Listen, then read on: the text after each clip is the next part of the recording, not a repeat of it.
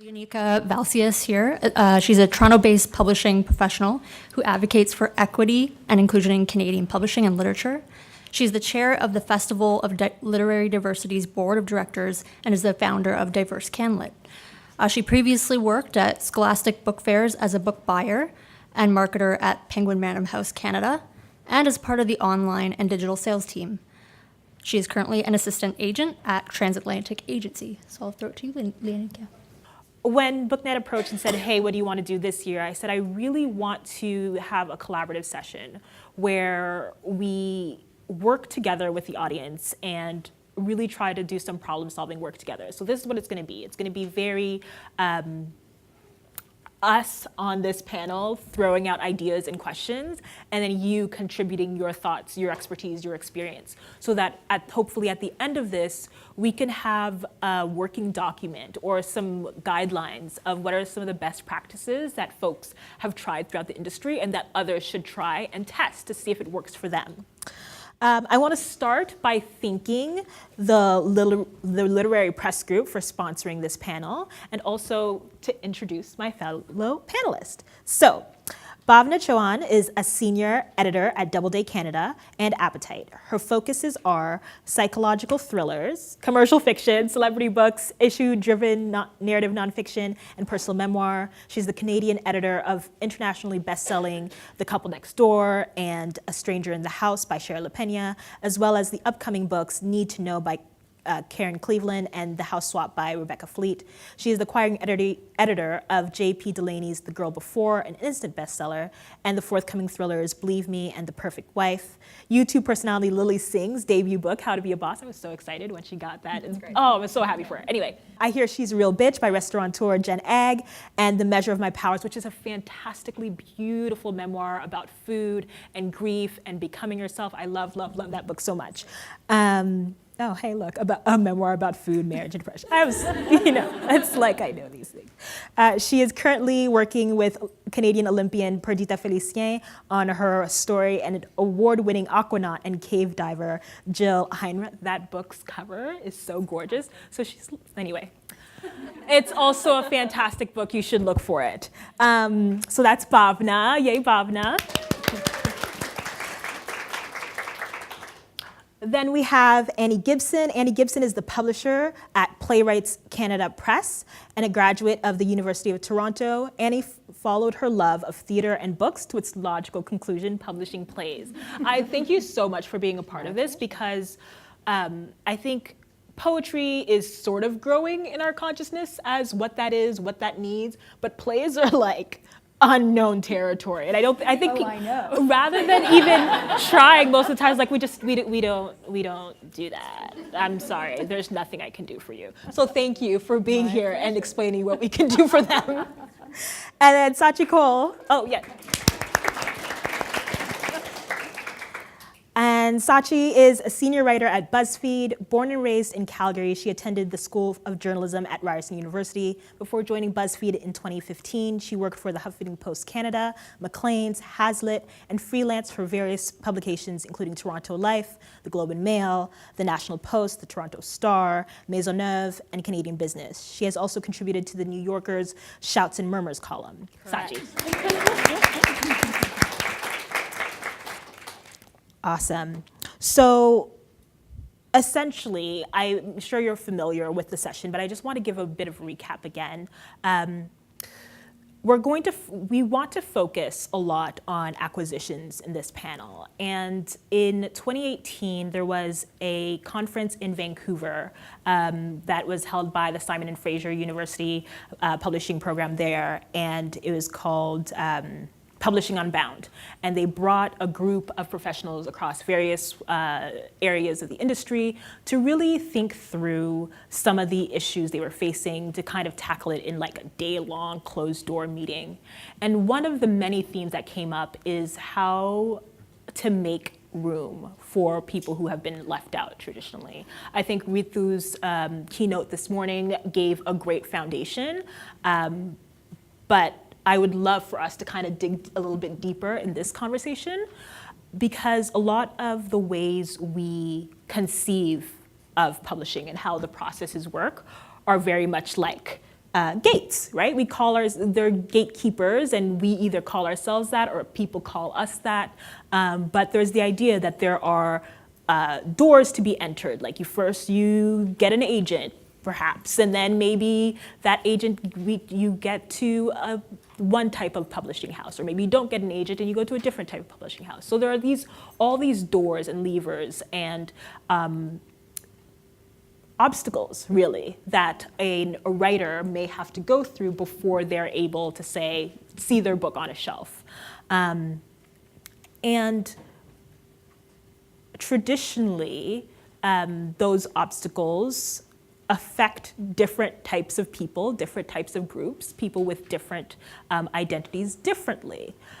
That was not a good sentence. Let's rephrase. The obstacles in publishing are the same for everyone, because of people's individual lived experiences, they do not affect them in the same way. So a person with disabilities has a different capacity to overcome those obstacles than someone who does not. A person who wears a hijab has a different capacity to overcome those obstacles than a person who does not. And so how do we acknowledge and make room for those people? And I think that's the kind of conversation I want to have today. And those are the kinds of questions I want us as a group, like not just us, but all of us in the room, to think about and think about solutions. So, first question for our panelists. Before we can dive into the problem solving, can we come up with a common vision for the future? What does success look like? Like, what would be our ideal scenario? Anyone, feel free. I'll call on people afterwards. I have sort of a vision in my head where people don't feel left out, where my readers can look at, say, a year's worth of books that we've published and see, if not themselves represented, see stories that they want to read that touch on things that are important to them. But that's sort of the broadest sense of the success for me. Yeah. I have to agree with you. I think what I'm always looking for in any story, in any writer, is obviously a unique experience, because everyone's experiences are quite singular, but a universality in all of that. Mm-hmm. And I think that's for readers to see themselves in one way or another in the books that we publish, I think is really important. And I think that's sort of success to me. Right. So many limitations, though. Mm-hmm. We'll talk about those. Scaachi? Those are really beautiful answers. I was just going to be like, no more books by white men ever. Like, I think they've had like a good run, and I don't really need them to like write another sex scene about like, oh, her labia opened up like a beautiful flower. Like, so that's where I'm at. I mean, Yeah. real, right? Like when I say that, I'm like, if you look at the total volume of books ever produced, maybe they should stop for a while to let everybody catch up, right? Like, that's a fair assessment. Yeah. Any ideas from you? What does success look like? Like, where, as much as I love coming to Tech Forum and talking about diversity, what state of affairs would lead to me not having to, because I actually know about other things. So what world would we live in? What kind of industry would we have where I come to Tech Forum and talk about something else? Yes. Well, at an acquisition meeting, if you are bringing a project by a person from an underrepresented community, the comps aren't automatically books by other authors of that community. Good one. Yeah, so important. Yes. And also in the same setting or in pitch meetings, not having to bring up the fact that the author is diverse as a selling point. As a selling point, right. That's so important, right? Because that's now like that's not assumed, and it's not a commonality. You have to highlight that in some way right now. Yeah. I saw a hand up here. Yes, ma'am? I was thinking about this, and I was going to say the same thing she did about not needing to highlight that that person is diverse. Mm-hmm. But more importantly, you need to open space for that, because before I can get to that kind of a meeting, I need to have access to other resources that would get me so that you can present my product. Does that make any sense? It makes Yeah, perfect sense. absolutely. And I want you to hold on to that thought, and because I will call on you and ask you what kind of resources you'll need. Because that's exactly the conversation, right? Like what do we need to do to get to that area? Is everybody familiar with acquisitions? I know we all work in different areas of the industry, but are there folks who would love, why don't we give you a refresher of what acquisitions means in this context? Would that be useful? Yes? Okay. So all of you, would you like to share in your work, what does acquisitions mean for you? So I work at Penguin Random House Canada, and acquisitions are, that means acquiring a book and an author for one of my lists, a book or an author that, well, here's the thing, I can't just acquire anything that I want. I wish that were the case, that's not. There is a process to acquiring within our company, so I have levels of approval to go through, and I have to put together material to, in essence, present a case for acquiring a particular book or an author. That material looks like comparative titles, so authors and books that are similar to this author or book that I want to acquire. I have to think about the market, I have to think about marketing plans, I have to think about publicity opportunities, sales opportunities, and then once I get a green light, if I get a green light, then I make an offer and add that person to my list, hopefully. Hopefully. Yeah.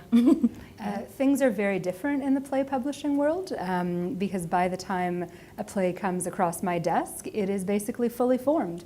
One of our sort of metrics for play submissions is that they have to be produced, which means a theater company, actors, and a director have already gone over the play, have basically set it in stone. So you submit a fully formed manuscript to me. I read it. If I like it, I say yes. There are a lot of the things that you're talking about, like marketing ideas, those come into it. Like I have to think a play is marketable and sellable to my readers before I can say yes. But it gives me some flexibility in that I work for a 3-person company, so I don't have to make the case to anyone but myself. But I think sometimes that means that the author then has to make their case to me. But what I've started asking for, or not asking for actually, saying please don't send me, is plays, because they've been produced, will already have reviews when they come across my desk, and I don't want to read reviews. I don't want to read what other people's takes on it are. If I need more information, I can go find that. They are publicly available. I subscribe to many newspapers. But I would rather get my information just from the script alone, and that's where I start to make a decision. So yeah, it's a bit different. Scaachi? I have the least amount of power in this dynamic. Yeah, as a writer. So what does it look like? Because you've written a book and haven't published. So what you does it look like basically for you? show up with your proposal and you go to a boardroom and then you're like, money please, and then hopefully they give you some.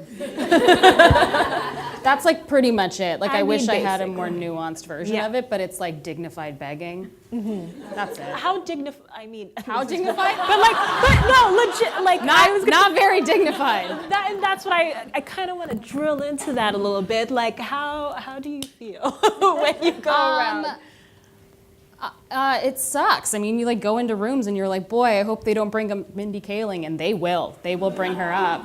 Or like you hope that they don't tell you. They have. They have. Yeah. Or they hope that they say your name properly, or that they don't tell you, well, we can't buy your book because we already have a book by a brown person this season, so it's not something we can invest in. And then you take your ball and you go home. Yeah.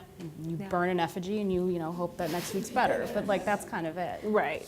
So I'm currently working at a literary agency. I'm an assistant agent there. So my experience in where I am along the publishing process is a little bit between Scaachi and Bhavna. So I would be like, I'll come with you to the board meeting and we'll beg together. You're the person I call and I'm like, this is not fucking working, man. Like, and we're like, it'll be okay. And then I hang up and be like, oh shit.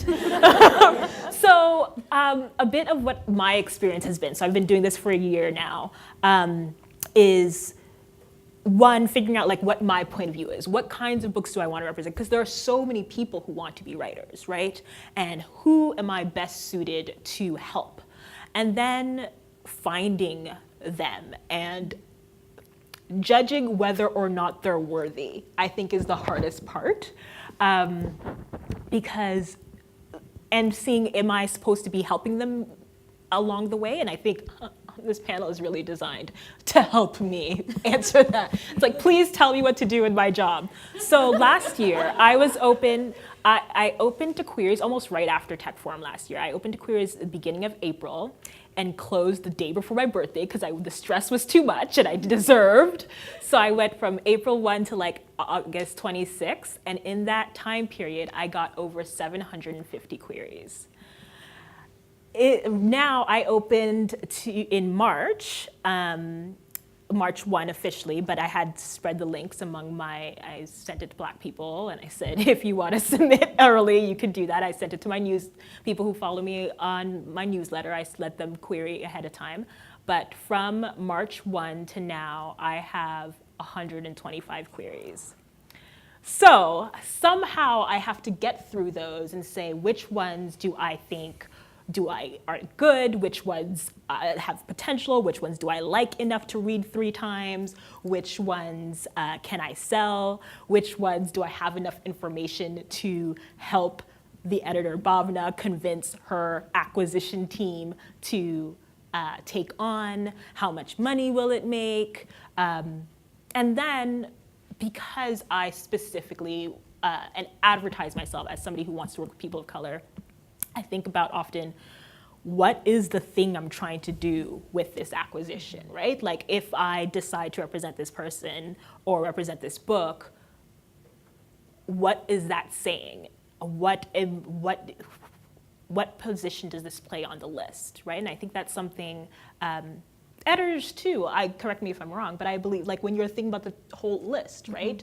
That plays into what Scaachi said about, we already have a brown person, so we don't need another one. That's really saying, we only needed the one, thank you, right? But so I wonder, do any of you, if you work in acquisitions or if you've had experiences as writers, does this process sound like along the lines of what you've experienced? Are there other things that we're not taking into account? Because what we're gonna do next is kind of deconstruct where it's wrong and we should fix it. So what else are we missing along this process?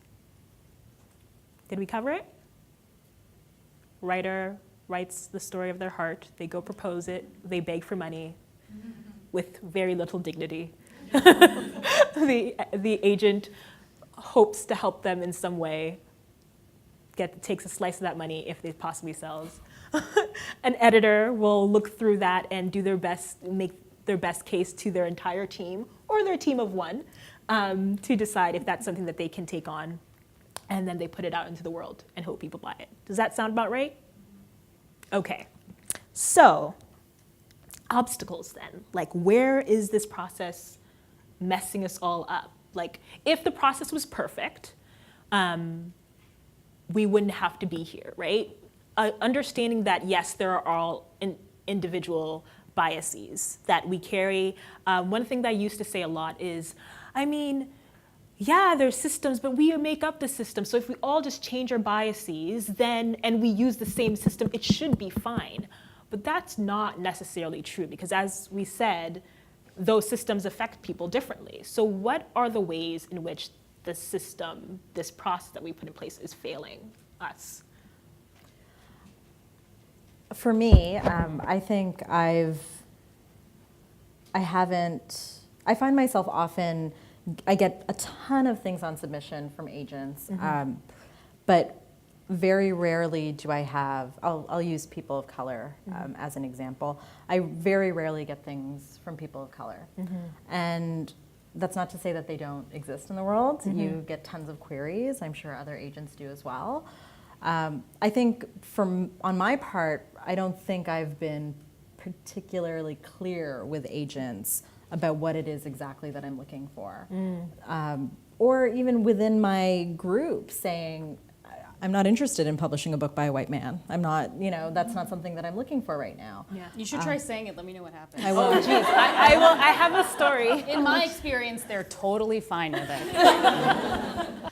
So I think that's where, for me personally, I'm sort of being messed up at this point is, it's all about relationships as well, right? So, how do you tell an agent, okay, you've sent me the same kind of story by the same kind of author 4 different times in a row. And stop doing that. You know? So it's sort of learning that and starting to have this conversation that for some people can be kind of sensitive. Right.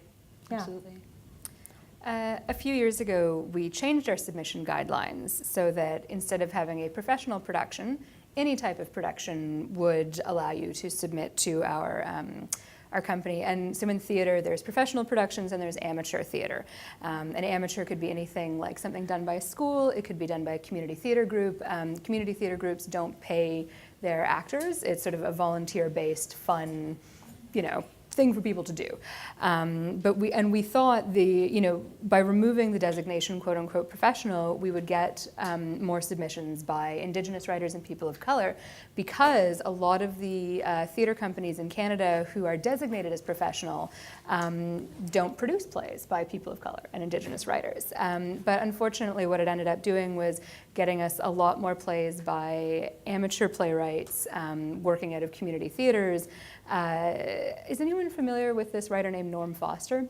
He's one of Canada's most produced playwrights, and he's an older white man who works out of New Brunswick, and he writes 2 or 3 plays a year, and they're delightful, fun romps, but they don't get to the heart of what I want to say all the time as a publisher, so I just feel like most of my submission pile is now plays like this. So unfortunately, the thing I thought would make a difference did not actually make a difference.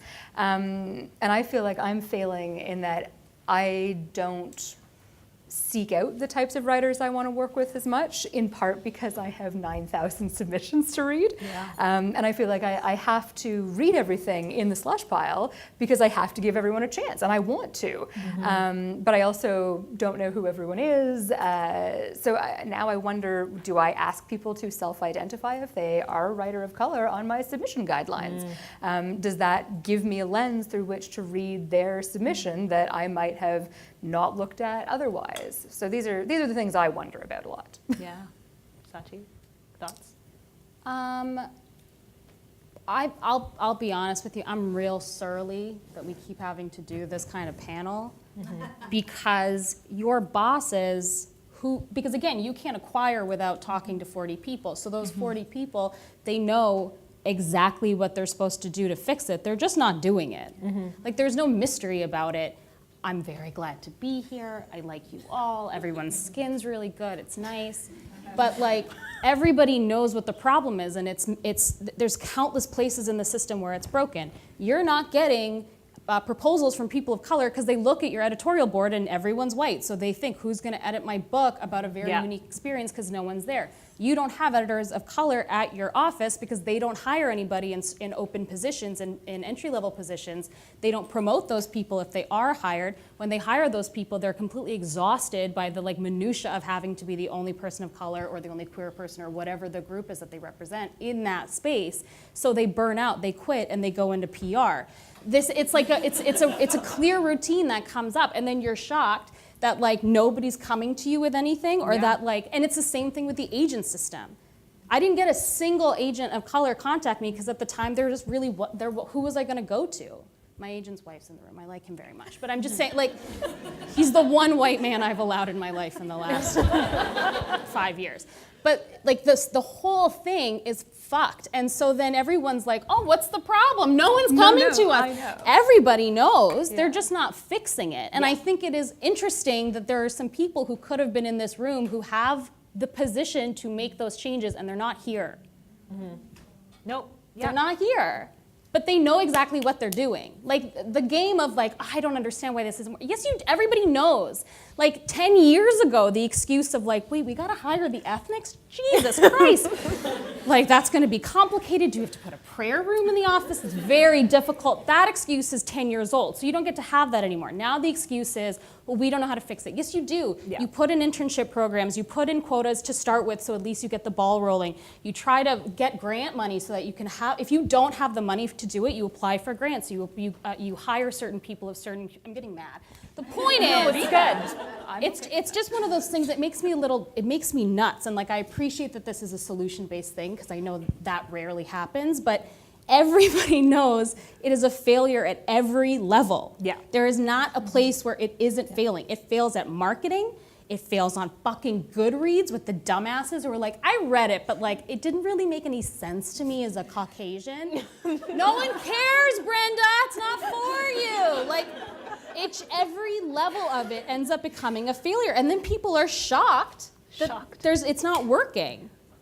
But listen, if you don't want it to work, that's fine. But then like, please don't call me and tell me it's broken. Not Yes. you, but you know who I mean. Yes. So that was me last year, which is why last year basically I was like, do we actually want this to work though? That was the panel last year because I was concerned. I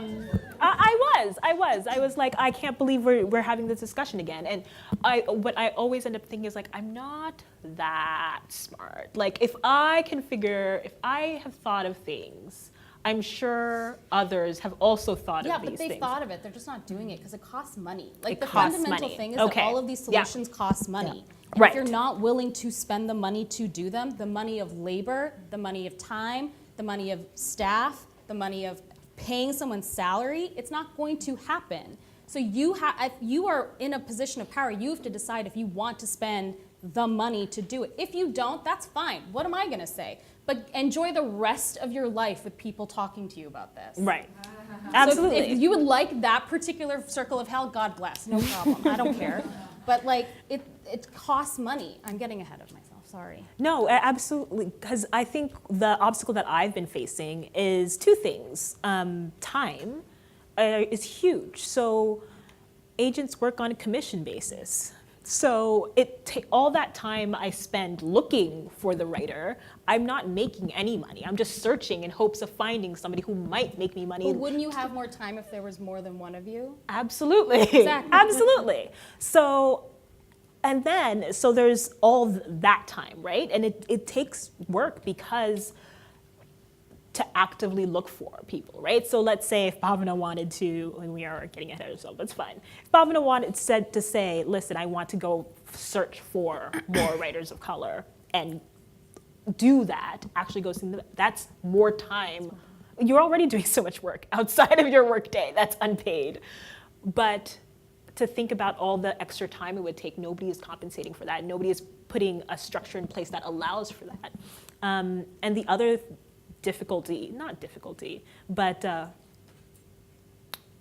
ramifications of when you do say, because you had a good workaround, Annie, of saying, well, it doesn't need to be professional anymore. So that removes a barrier, which is logical thinking, right? But it doesn't change the outside perception of who is allowed in.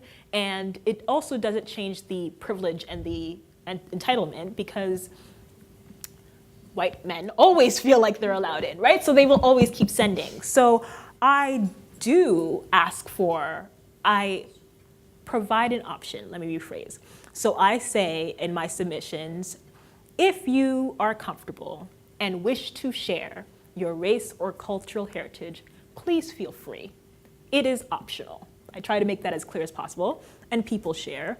And I've had this up for a year, and people do, and I do use that to let me know, okay, this is along the lines of what I want to do, this is not along the lines, let me prioritize and take more time. Or if it's like, I'm a 15-year-old, black girl I was like, I write a little note rather than just my form rejection. I say, keep writing, you're doing great, I love you so much, not right now, but keep writing, right? So I try to take that into account.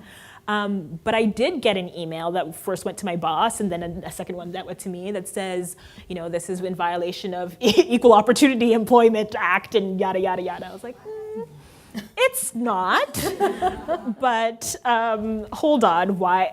It was that my first reaction was lots of fear. Mm-hmm. Yeah. That was my first reaction, right? Because they were using Proton Mail. I'm like, isn't that a super encrypted, anonymous type of email that hackers and weird black market sites use? Are they out to get me? I was going through the motions. I was like, maybe I should just take it down. Maybe I should just quit. What is going to happen? And then it was fine. I didn't die. But it was this moment of panic of this is an uncomfortable situation where I'm trying to call the thing a thing, but the immediate pushback is there. Plus, it's a lot harder work. One of my colleagues, I was vying for a client that I didn't get. But my colleague was like, also she's primarily trying to work with people of color, meaning that there's a lot of people that she could have just grabbed and tried to make money with, but that she didn't because she's making room. That's a lot harder. And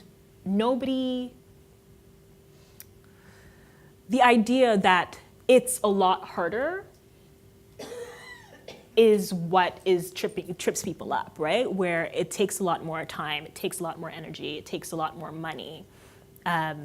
So are we invested in doing that work? And if we are, then what kind of steps are we willing to take? Consider at the levels that we're at, right? Understanding that some of the people who should be here aren't. Maybe they'll watch it later on the replay that Tech Forum will post online, maybe.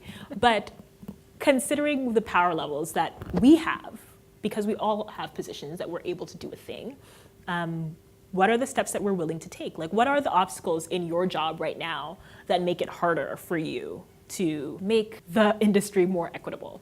I think for me, and maybe I just am not brave enough, a lot of it is worry about doing it right. Mm-hmm.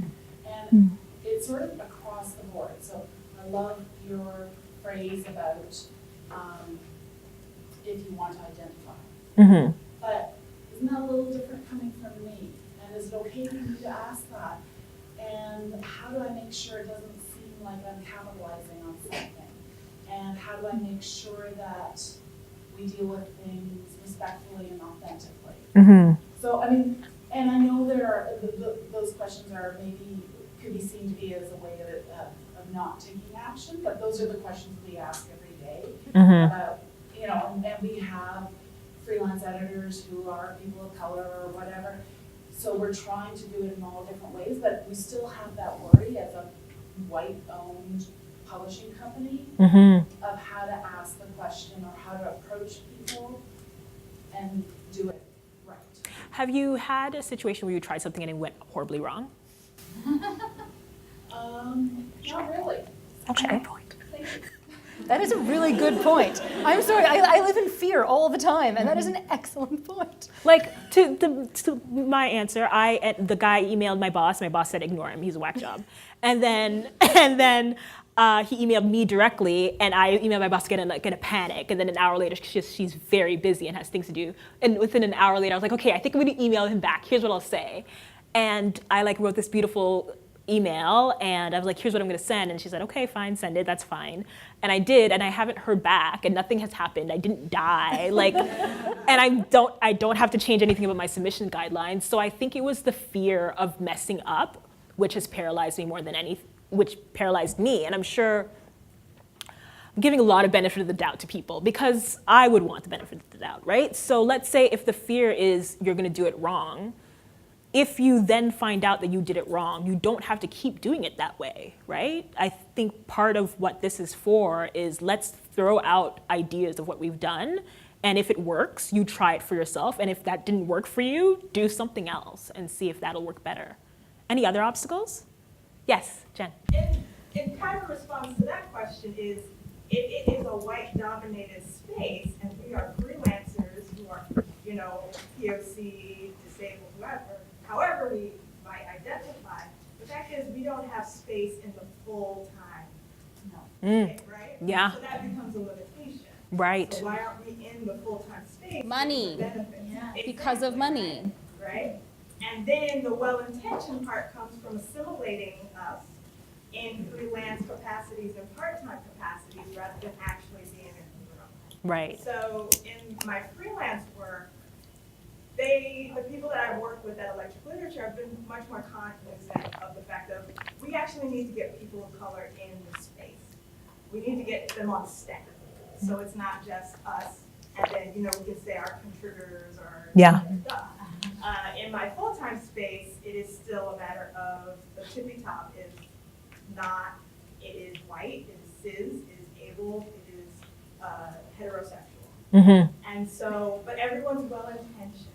Everyone knows, I voted for Hillary. You know what I mean? So that's the constant thing you're kind of pushing up against is, A, if I'm not, you want my advice, but you're not willing to pay the salary. Or B, I'm in the room, but you still won't give us the possibility or the ability to get up there, to have a little bit more of a voice. So if it's well-intentioned, you're not being listened to. Right. And that's the biggest thing, because that's a personal, it's an individual level. And how do we, these conversations that come up as the Black woman saying this to a white man, and how it's responded to, and who are your allies in the office. And so I had my white coworker who's older, and she's a lesbian, and I'm straight, and I'm Black, and we talk to each other about our privileges and everything. So I'll have her. I'd be like, you talk to her, because you know they're gonna think I'm angry all the time. Right. Say the exact same thing, probably a little bit softer, but not that much, and they'll listen to you. Right. So like that kind of so it's kind of answering in terms of this is how I found ways to be heard, but it's still the considerable ongoing issue that is completely tied to money. Yeah. So I'm hearing a lot of, let's say, so fear is one obstacle. Let's say money is an obstacle. Like, what are we really willing to spend on fixing these problems? And I think what you're getting at, Jen, is essentially power.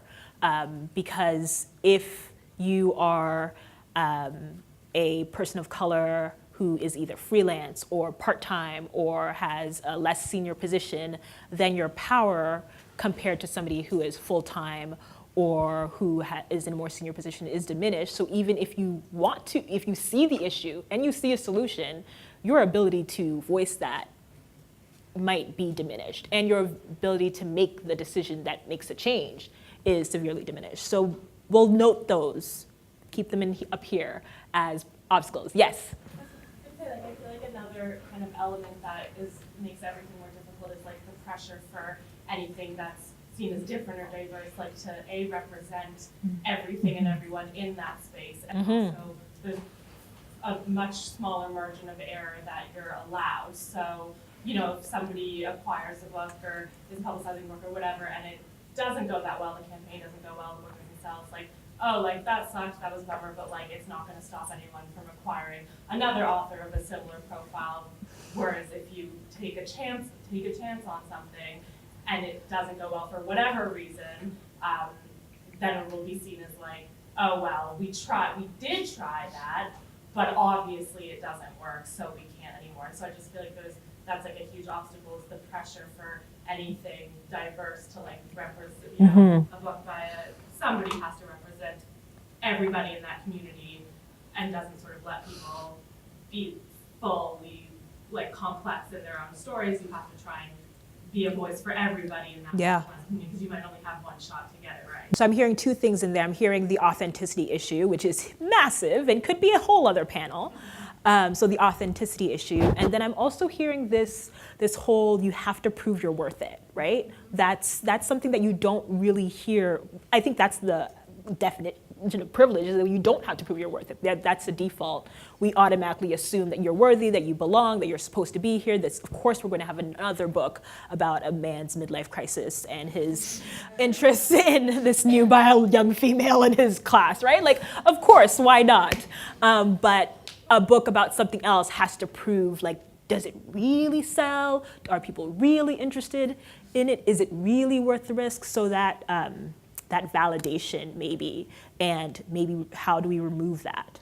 So this is important because it's often, something I used to hear a lot was, we're not asking for less X, we just want more Y, which is not really true. It's what we say to make it feel better, so that I'm definitely asking for less. Right, I know. You are so angry and honest. I love it. But a lot of times when everybody's trying to be peacemaker, it's like, no, we just want more of the people who are underrepresented. We're just going to make them more represented and everything will be fine. Not less of you, just more of them. And that's not true, because there are finite lists. Even with all the books that are being published, crazy amounts of books, even with all the new lists, and some are shuttering, so not that many. But the idea is, Bhavna can only edit so many books in a year, right? They will only give her so much budget to acquire books, right? So in terms of time, money, and the list space, giving money to something means there's not money left for something else. So I think that's important for us to acknowledge and say, okay, if we have a pot of money, if we have a pot of time, how will we allocate those resources? What are we willing to, where are we willing to take away in order to be able to give more somewhere else? Awesome. Any other obstacles? Yes, up front. Perhaps not an obstacle, but when I go looking for sort of different perspectives in books, I wouldn't think to look at Canadian publishers. Oh, say more about that. Like, I would look for something translated or, an international book. It just wouldn't come. Like, I would turn to Canadian publishers when I'm looking for a book about Toronto or local.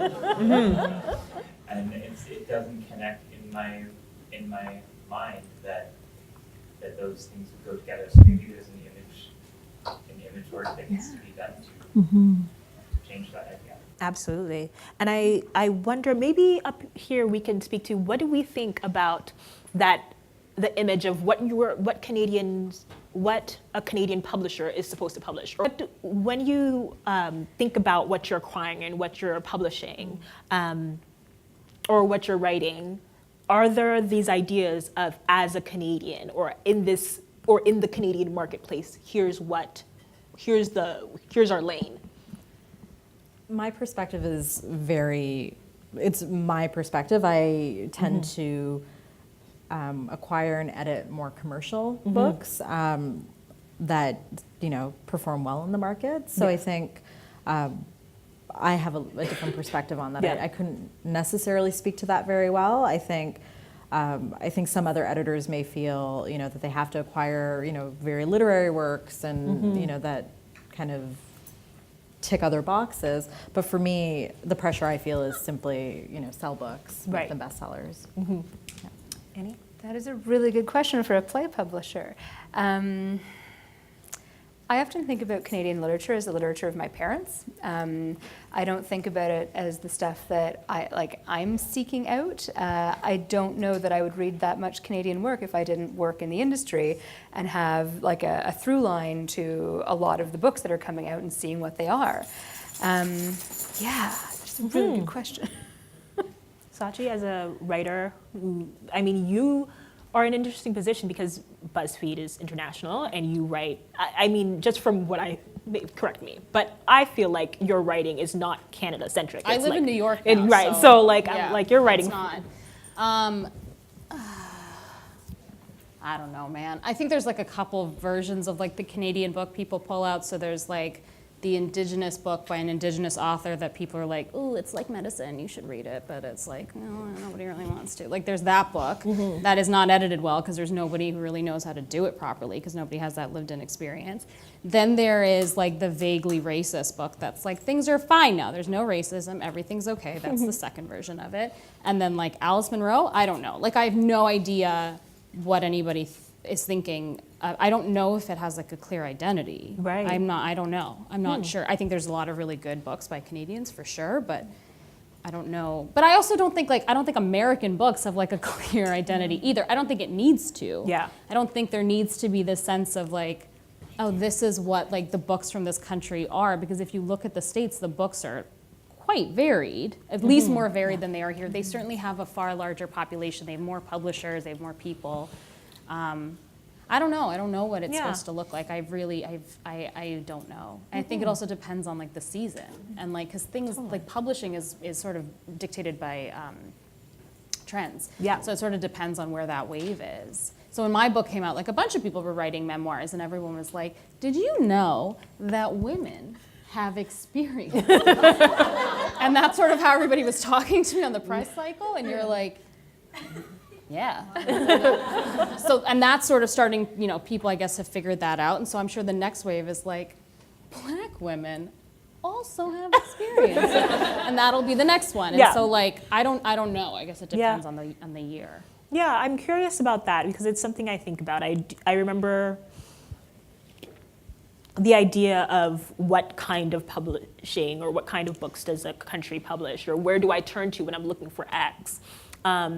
when at the Fold, for example, part of our the Fold is the Festival of Literary Diversity. I'm on the planning team, and one of the things that we do is we start our festival by looking at the underrepresented writers first and saying, who are we trying to bring in? And then we build the entire programming around who we've decided to invite. So we're on year 4 now, and one of the things we've started to realize is as we are getting into spaces where we want to invite more disabled writers, we want to invite more deaf writers, we want to invite more writers who have intersections of various identities. We're finding it difficult, partly because of Canada's population size, but also partly because of the demographics and because of who gets published in Canada, that it's hard to find Canadian writers who fit into what we're trying to highlight. And so we say, well, does that mean we do have to go elsewhere when we're looking for that kind of writing? Like who is a great Black disability advocate in Canada that we can turn to, that we can bring in, right? Who, because, you know, part of it is economics, right?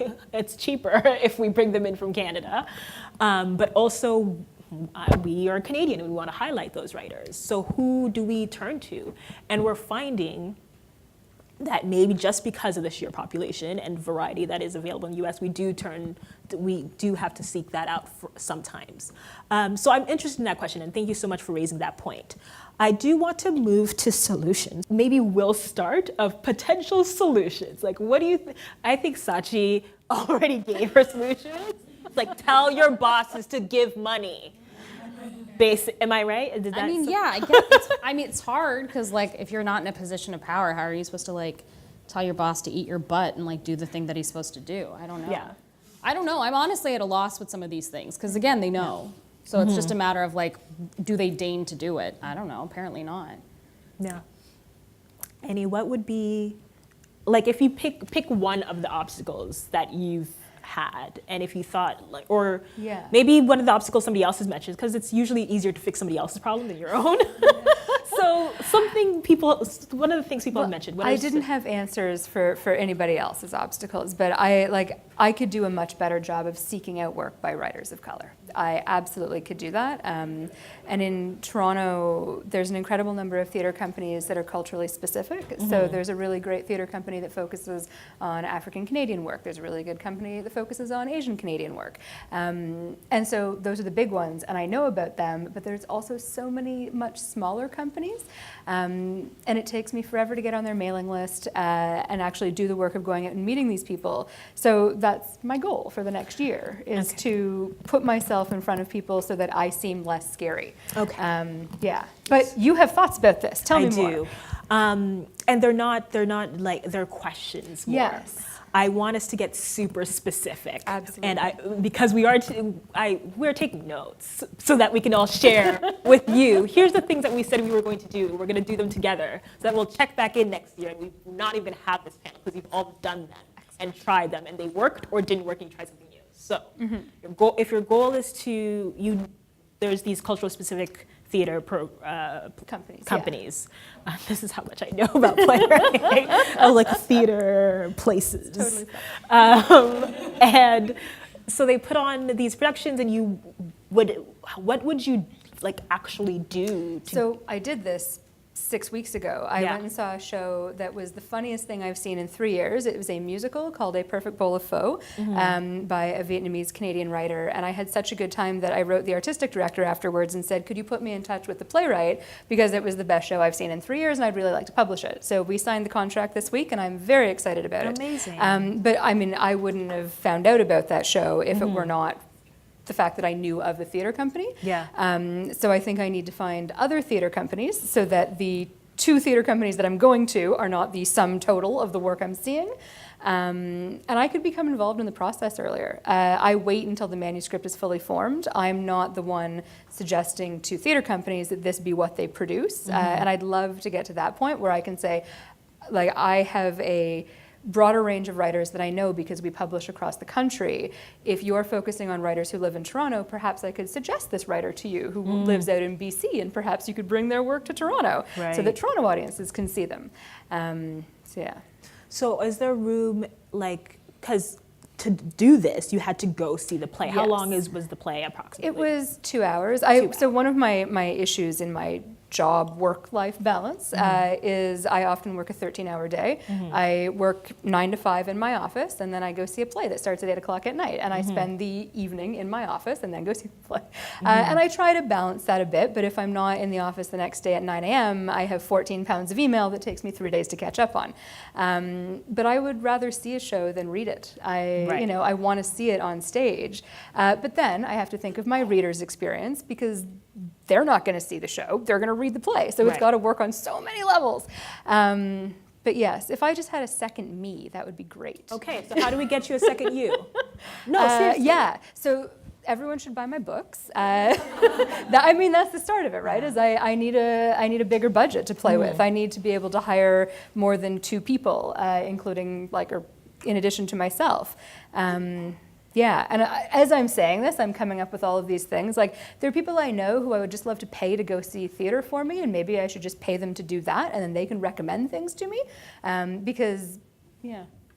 Sorry. See the wheels are turning. This is but a thinking I forget, it was someone over here who was talking about, I don't want to hire someone on a freelance basis. I want someone who I'm paying a salary who has an equal share in the company, who isn't just, they get to recommend things on a one-off basis when they see something they like. So now I need to come up with a salary. So, buy my books. There. I saw a hand here, I yes. was going to say, have you thought about talking to the DORA jurors, because they have to see everything? Yes, I was once a DORA juror myself, and that was a really long process. That's a really good thought. So yes. What is a DORA juror? So the Dora Mae Vermeer Awards are Toronto's theatre awards, and most of the large centres around Canada have their own theatre awards. So I do, every year I look at the nomination list and the finalists, because they'll have nominations for sort of Best Actor, Best Actress, Best Script, and they're always very thrilling, but say it's only the top 5 that get nominated, there's probably 50 other really good things. That is an excellent suggestion. Thank you very much. Awesome. I know exactly who to talk. I saw a hand here, yes. I'm actually here as a publishing person, but I'm also a sometimes actress in the Boston theater scene. In Boston, we have several companies that are also ethnicity specific, which is amazing. But one thing that also you're saying about getting involved a little bit earlier in the process, we also have several writers groups, playwriters groups that are just playwriters who get together and talk to each other about their lived experiences, so they can really inform the characters they're writing. And I was wondering if it would be possible to reach out and maybe offer some development assistance to writers of color. Yes. So because a lot of times they have trouble getting produced. I would love to do that. Yes, put that on the list. Okay. But note, that's on top of your current 13-hour day, right? Yes. So we're working on getting you another person. That's the goal. Yes, that would be, oh my God, ideal. Right? Okay. Did you have something to contribute? Yes. So I'm wondering about demand as part of a solution. Okay. So when the audience demands something, there's kind of a potential business case to be made. And I can relate a lot of these issues with accessibility. People say, or publishers will say, well, it's expensive, it's difficult to do, no one is going to read this. So we as readers need to get in touch with them and actually demand access and create awareness. I recognize completely the issues of lack of funding and lack of even power to make the decisions or staffing and all of these considerations.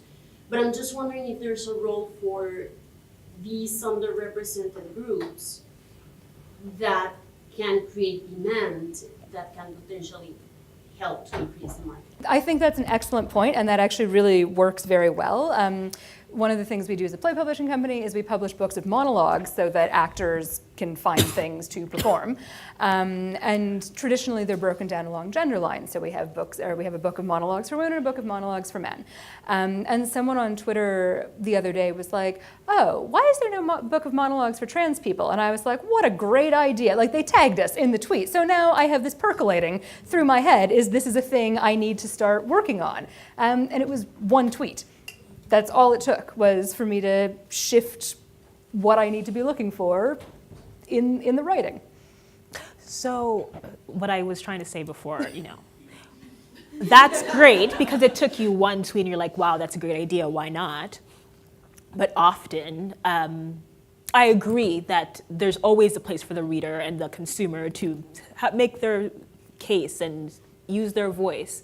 But I'm always concerned that percentage of the consumer won't be seen as big enough. Right? To say if it's 3% of the population is asking for this, but the 97% of our readership doesn't care, then we're just gonna keep not doing it because it's just 3%, right? So I worry about that sometimes, yes.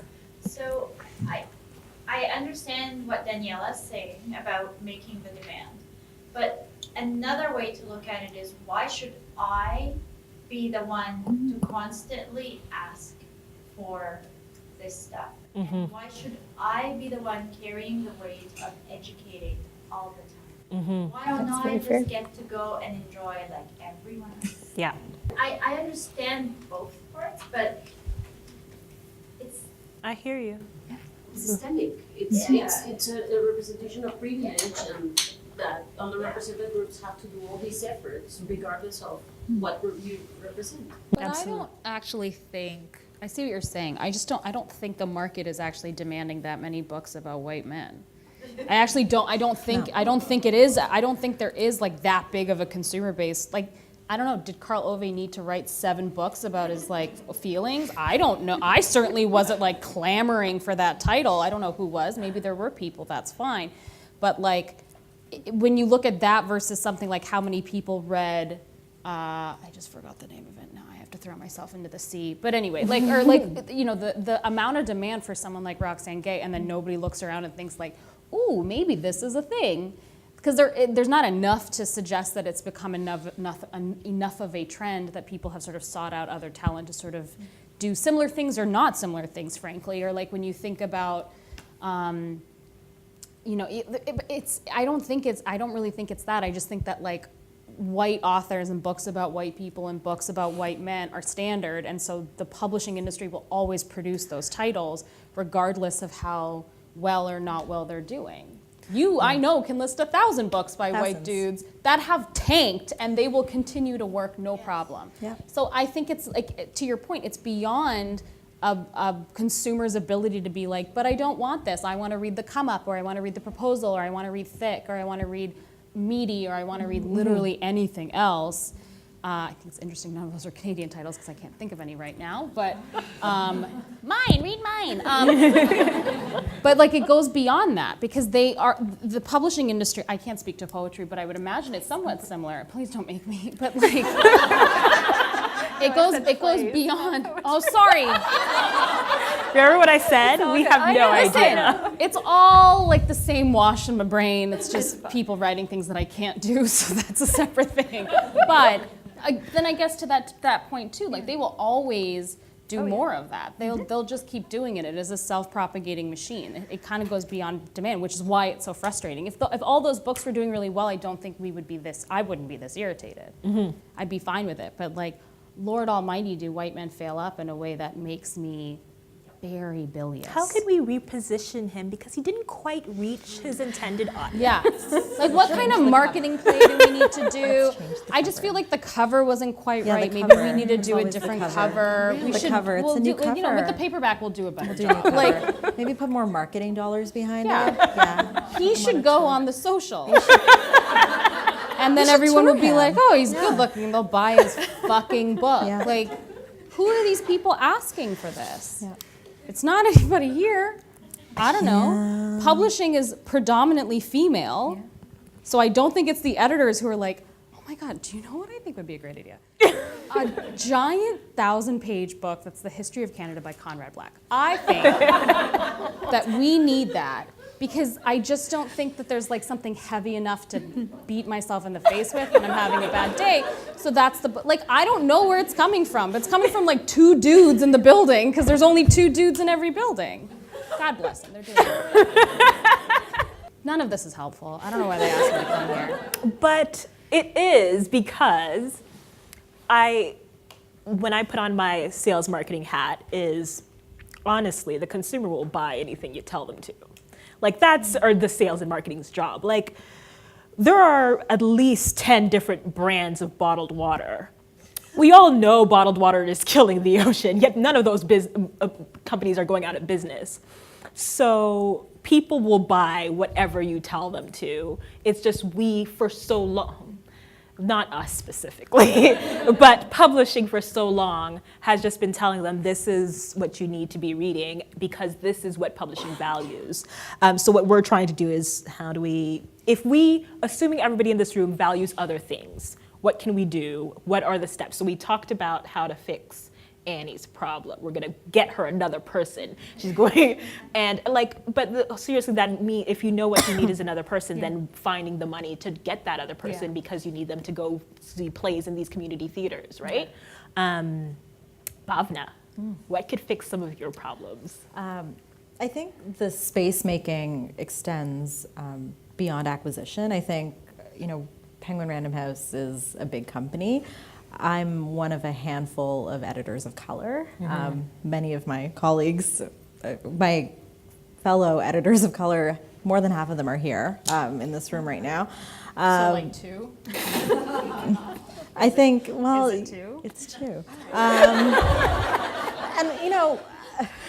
so I think I don't know how to solve that problem in terms of creating space to hire more editors of color and create these jobs. I think every division in my company could do with 2 or 3 more editors. We're all overworked and exhausted. The chances of that happening are, I think, slim to none at this point. So that's just something I'm throwing up there. But for myself, so right now I'm in this situation. I won't get into specifics.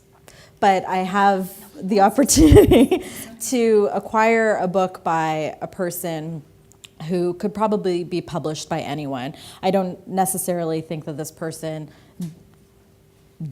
needs to have this book deal. And I feel in a lot of ways pressured to acquire this book.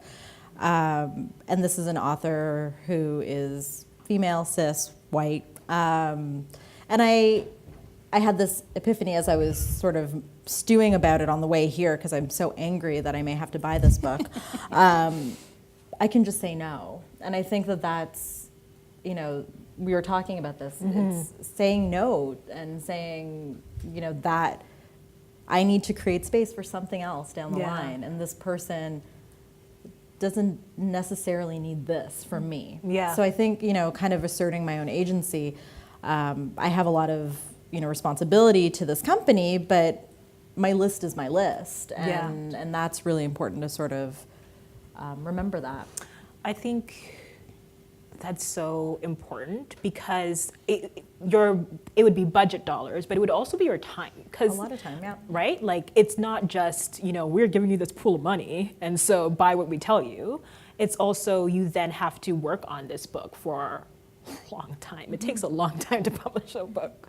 But so, and that's what when I go through the queries and I'm like, what am I saying no to? And I'm just like, if I have I don't have all the time in the world and I'm not being paid for any of this time, if I'm going to spend unpaid time, who would I rather spend it on, right?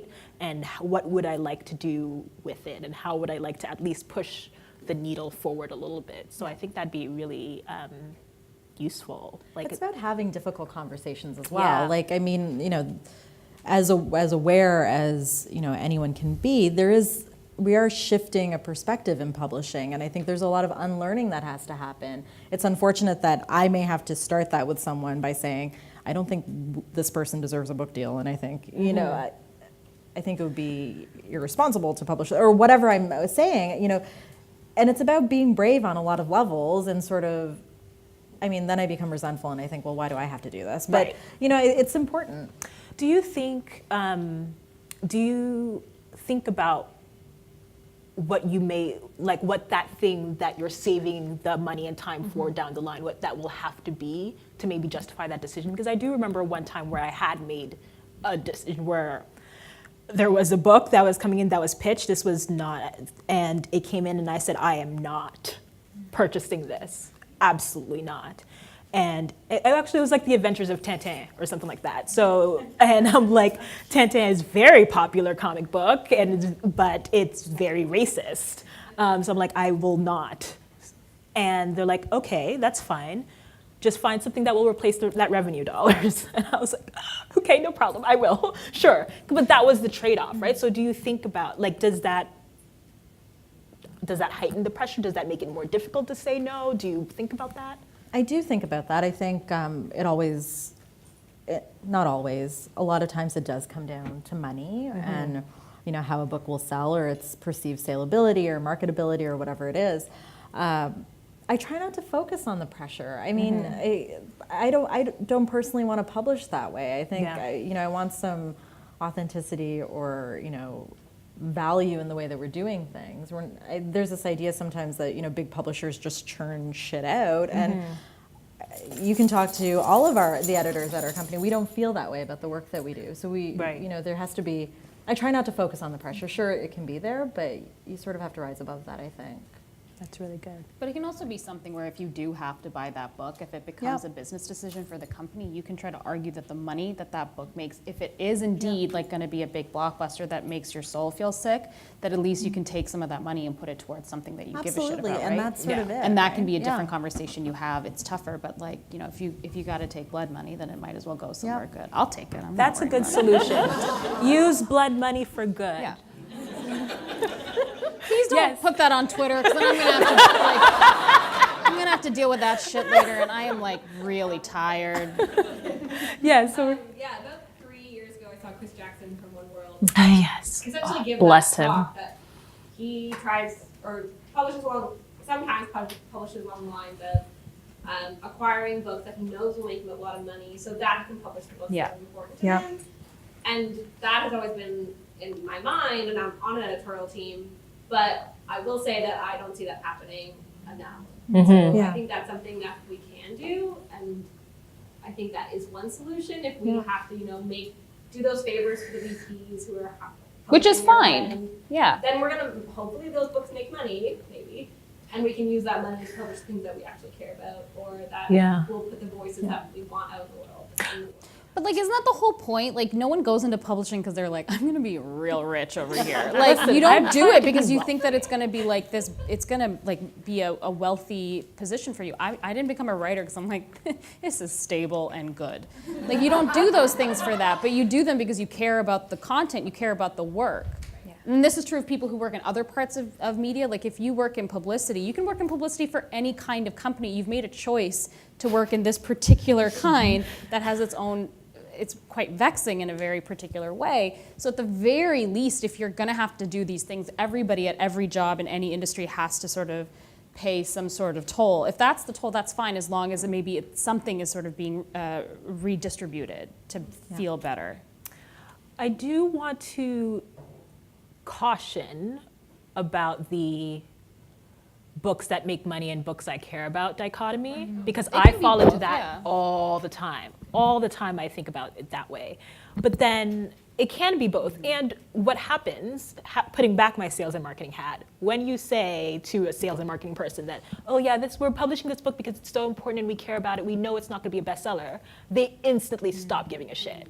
And they do nothing. They're like, oh, right, so we're just going to, like, it's completely different level. No marketing dollars. Like, we're gonna, like, are there community centers or like community newspapers that, you know, some intern will do that because they care deeply, come up with a list, like, sure, you can send those to them if you want, but it becomes, this is not gonna be a moneymaker, and so we're not gonna put our resources into doing it, right?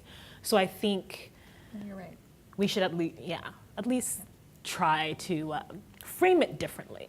Well, if we treated every book we publish like it has the potential of being this massive bestseller, even just in our minds. Yeah. I just think that kind of energy is what's missing a lot of the time. Like that's why these books sort of fail to die, fail to get off the ground. It's just, you know, Right. it's not going to be a big seller, you know. Right. It's small, it's quiet. Yeah. Paul. I feel like one of the pieces that I find that is a challenge is that there isn't space made for those types of conversations, like having worked in human resources and analytics and sales, and oftentimes it is one group saying to another group, this is the thing that's going to happen, and there isn't room for that group to push back and say, I have concerns, I have questions, this is going to cost me X, or when that isn't an option.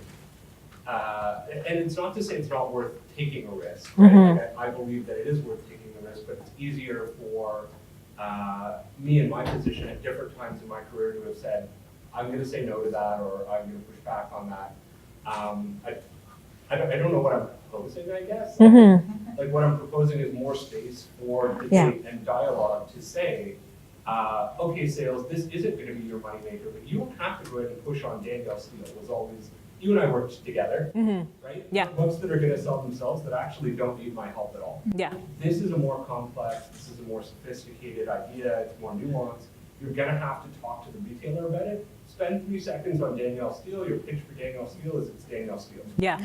Yeah. That'll buy you another 30 seconds to talk about the next book. I think the solution for this is what Ritu said this morning about that first step of recognizing the difference, recognizing that this isn't the same as everything else, and this might need more help, and we need to make space for it. It's so often where, like sometimes I get the sense where people are trying to convince you, it's like all your favorite books, and it's not like just love it the same way, rather than be acknowledging that this is going to be a harder sell. You are going to have to try and find new audiences because you can't just stick it in Chatelaine, because the people who will read this do not read Chatelaine, right? Yeah. So, and I think maybe making space. So where does that space go? Is it in marketing meeting? Is it in is there a room on the acquisition sheet where you say, where would you put that to start that conversation and say, what is the inherent value and worth of this book? Well, I think that field needs to be added to that form, and it needs to be part of that conversation at acquisition, less so, you know, how many Twitter followers does he have? How many Instagram followers does she have? You know, and more what is our publishing vision for this, and how will we achieve that? And bringing everyone in early on, from marketing to sales. And, you know, sometimes we go to sales just to get numbers for our P&L, or we go to marketing just to get a marketing plan that, you know, will help us get the book. But I think actually including them in a bigger conversation so that if that's clear from the beginning is really important. Yeah, absolutely. Yes. And so part of it is also engaging marketing and sales in a more sophisticated way, because typically the way budgets are put together is how many books do we think we're going to sell? Based on that, we have a marketing budget, and like don't spend much more than that. And that's not honestly the way that we should be marketing books, because of what you talked about, which is that some of these titles, you know, they don't require the same amount of like creativity and innovation.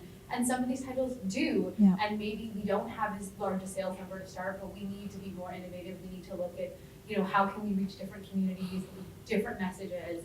So I think having marketing and sales also involved in that is really important, and I think can help make that book really a success when maybe expectations weren't as high going in. Okay, solution, new field in the acquisition form. So my field in my query was like, please self-identify if you are so comfortable, or please explain what the publishing vision is for this book and what we will do to support it, and also loop in marketing, sales earlier on so they can contribute their expertise. Because publishing is so large and the process is so long, this piece of the panel was specifically about the acquisitions process.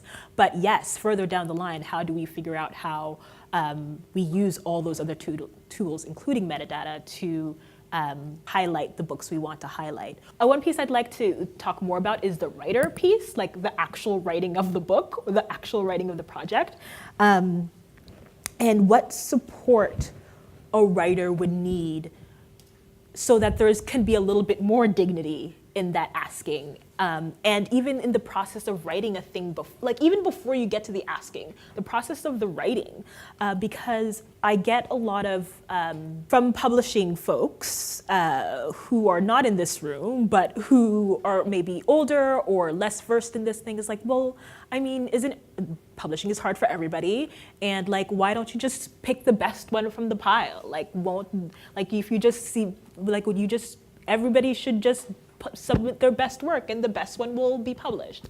And we know that that's not the case. But how can we help writers submit their best work or create their best work, or even have that space to create and understand and navigate the publishing industry, so that we can get to the point where we're acquiring them? Because if they're not ready, because that happens. Ritu mentioned reading mediocre books by people of color because they have lots of Twitter followers, and then somebody says, oh, great, well, publish you, right? And I don't know which book she was talking about, but I've read enough books that I could name a couple where I think that has happened. And I've spoken to writers who worry for themselves. They're like, I don't know if I'm ready, but everybody's asking me if I have an agent right now, and like, I don't have a book done, and they already want to represent me because I got some award for some other thing, right? So how do we support writers so their careers are flourishing, and so how do we support writers? That's the question. Yes, thank you. Pay for the content. Like, I follow a lot of really amazing writers on Twitter, and a lot of them write amazing articles.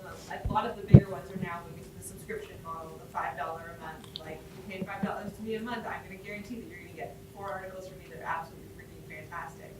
And it means that they don't have to hustle on the side to make sure they can keep affording to spend 6 hours a week on their content. Mm-hmm. And we all know the struggle in publishing, the low-paid internships, or unpaid internships, the low-paid assistant positions, like giving writers the time and the comfort, the bandwidth in their schedules or their time to let them get better at writing, because writing is a practice. You can't, no one's written a novel in one draft and be like, perfect, next Lord of the Rings, let's go. Yeah. But it takes time, but if people don't have that time and they don't have the support of friends or members of the industry paying them and offering, friends offering proofreading services or editorial services, they can't get out there and they can't. So supporting authors and doing that, paying them even at a very low level, even if it is a Patreon of $1 a month. Right. Money again. Yes. Any other? Yes. Because I actually kind of do this, I guess, is I work for Highwater Press, who publish Indigenous books, and we often are actively seeking out authors who may not be ready yet to give us their book. And so being aware that sort of acquisitions and editing process can last way longer than you're necessarily going to with another book, because you're going to be doing a lot of coaching, you're going to be doing a lot of helping them be ready. And just trying to make space for that. Maybe it's going to be 2 years till they give you their book, but yeah, it's okay because it's going to be really awesome. Yeah. Right. So what does that look like? I'm going to drill down. Lots of. For me, recently, it's meant a lot of literally sitting down and going, okay, this is what's working, this is what's not. Here are my ideas on this, what are your ideas on this? And a lot of very personal interactions that I know a lot of people don't have time for. I don't have time for it, but make time for it. And I think just, letting that relationship, I have the privilege of working in an environment where I can spend the time to develop that relationship. But I think acknowledging that is necessary. Acknowledging that is necessary, yeah. So acknowledging that it's necessary for them to have a bit more of a really in-depth process in terms of just even creating the book, and before it even gets to, okay, now let's edit and revise it a first, second, third time. Okay, yeah.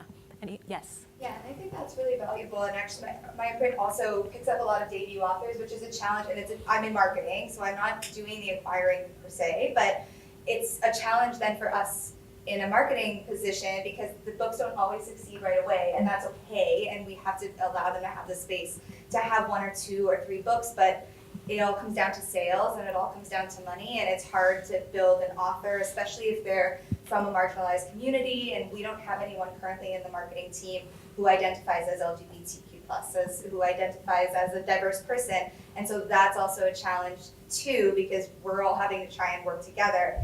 But we want to take these debut authors and we want to give them the space to learn and grow and have editorial feedback, but it has to be all of our teams working together, and we have to play the long game, and that's not always possible, or it's not always the ideal situation when you're having to wait 3, 4, 5 years, 2, 3 books. So it's not always possible. What would make it more possible, or possible more often for you and for your team?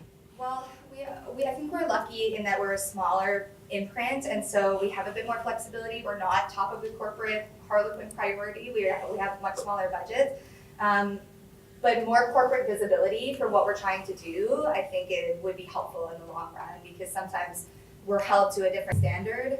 We're held to the same standard as the rest of our corporate priorities, and it's not always realistic because we're a smaller imprint, we're digital first, we're competing in a different landscape. So I think just more corporate visibility. So so does that mean if somebody, corporate visibility means, okay, we as corporate recognize that your imprint, we're used to the authors churning out 2 books a year. We recognize that your imprint, your authors may churn out 1 book every 2 years. Is that something along the lines of what you're saying? If they're on a more frequent publishing schedule, just realizing that their first book is not always going to do that well, and that's okay. And if we are acquiring 3 books and they didn't do that well, it doesn't mean that we shouldn't go back and acquire more. Okay. If that makes sense. Okay. I'd also just want to add that I think part of why there's that anxiety of like, oh, I have all these people coming to me and asking if I have a book in me and I don't right now and it's making me nervous, is because they think that you're not going to come back when they're actually ready, because people don't.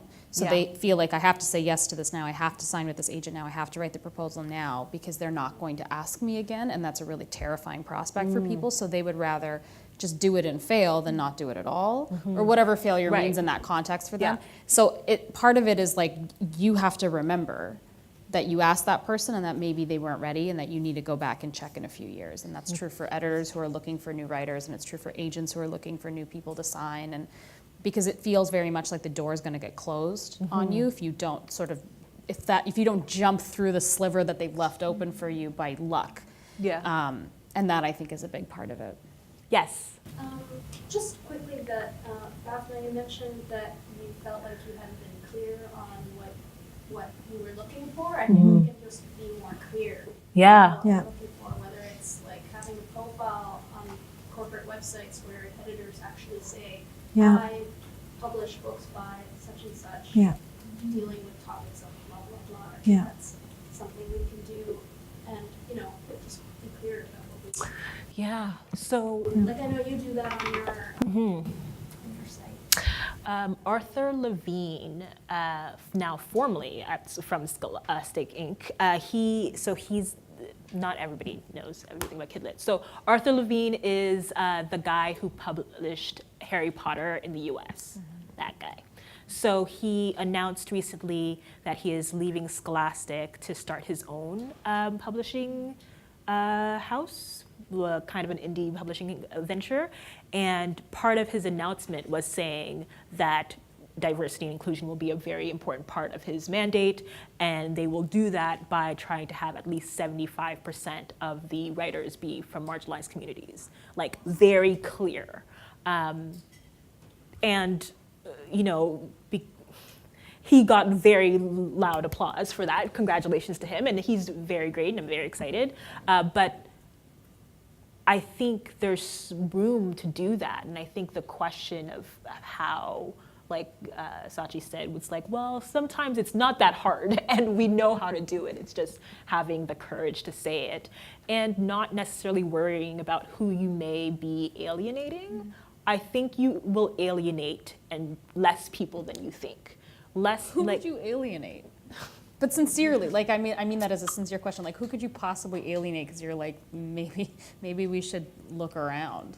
Like that I'd be really disappointed in whoever would behave in a manner of being Right. like, that's alienating to us. Right. Agreed. I think, and there are many indie publishers that are doing that work, and I think there's lots of opportunities to do it more often and more loudly. And we do it in other avenues. Like we say, listen, I publish more commercial fiction.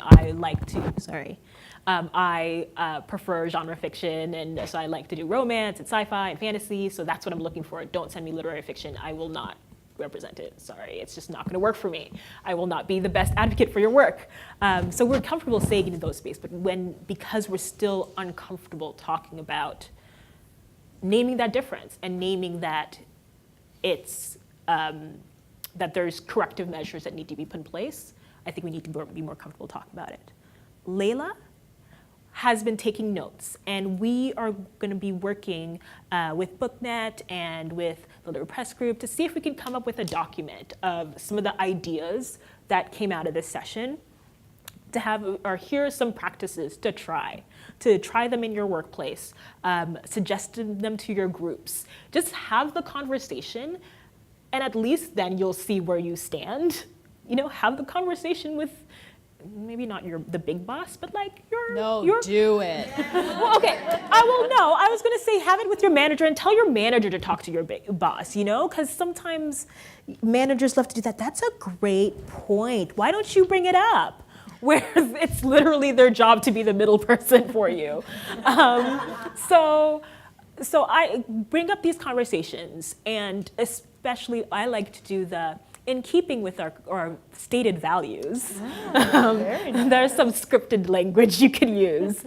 Here are some solutions that may help us reach our goals. Thank you all. Yes? One little thing, which is that I have gotten to like where I am in my career due to the hard work of like amazing women of color that I respect so much. So one of my goals for myself for this year is to like continue to respect and honor them and put forward them as experts when I'm talking about like my industry, and also bring up other people in the same way that they brought me up, like mentor people. That's amazing. That's fantastic. And I mean, again, we covered a very small sliver today, but take these and think about all the different ways it can touch your specific job, your specific department. Get creative.